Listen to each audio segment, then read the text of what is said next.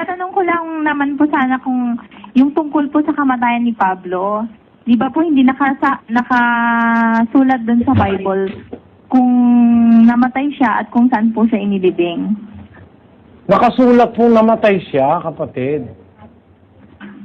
Nakasulat po na namatay siya. Actually, bago siya mamatay, sinulat na niya eh.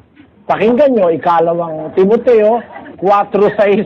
Sapagkat ako'y iniaalay na at ang panahon ng aking pagpanaw ay dumating na. Nakipagbaka ako ng mabuting pakikipagbaka. Natapos ko na ang aking takbo. Iningatan ko ang pananampalataya. Ayun, sabi ni Pablo, ako'y iniaalay na ang panahon ng pagpanaw ko dumating na. Sa English ang pagkakasabi dyan, For I am now ready to be offered, and the time of my departure is at hand. I have fought a good fight. I have finished my course. I have kept the faith. you see, even before dying, the Apostle Paul has written that he's going to die already. I am now ready to be offered. The time of my departure is at hand. Naramdaman niya, mamamatay na siya.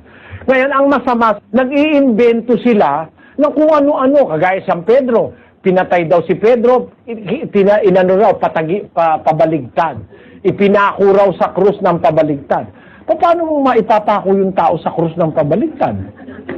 Yung, kung ba, pinako, sabi nila, nakaganon daw. Pag baliktad mo si Pedro, di yung paang igaganon mo. Ganon ba ang ibig sabihin? Asan yun? Nasa Biblia ba yun? Wala sa Biblia yun eh. Si Pablo, ganun din. Namatay si Pablo. Alam niyo kung ano kinamatay ni Pablo? Katandaan. Sabi nung iba, sakitin daw si Pablo kaya namatay. Hindi po totoo yun. Ang ikinamatay niya katandaan, basahin natin sa isang talata ng Filemon. Gayon may alang-alang sa pag-ibig ay bagkus akong namamanhik. Kung sa bagay, akong si Pablo ay matanda na.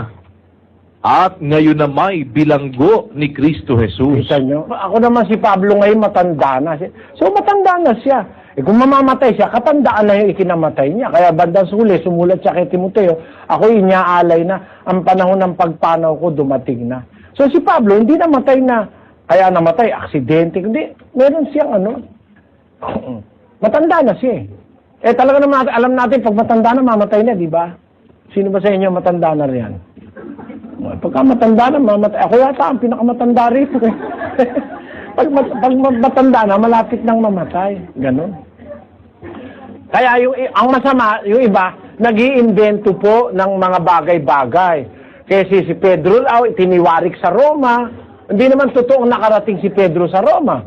Wala namang ulat sa Biblia nakarating si Pedro sa Roma. At napakalayo na si Pedro makapunta ng Roma kasi destino siya sa Israel. Ang destino sa Roma si Pablo kasi siya ang apostol sa mga Hintil. Kaya si Pablo nakarating sa Roma at pag alis niya, sumulat siya sa mga taga-Roma. Yan po ganyan.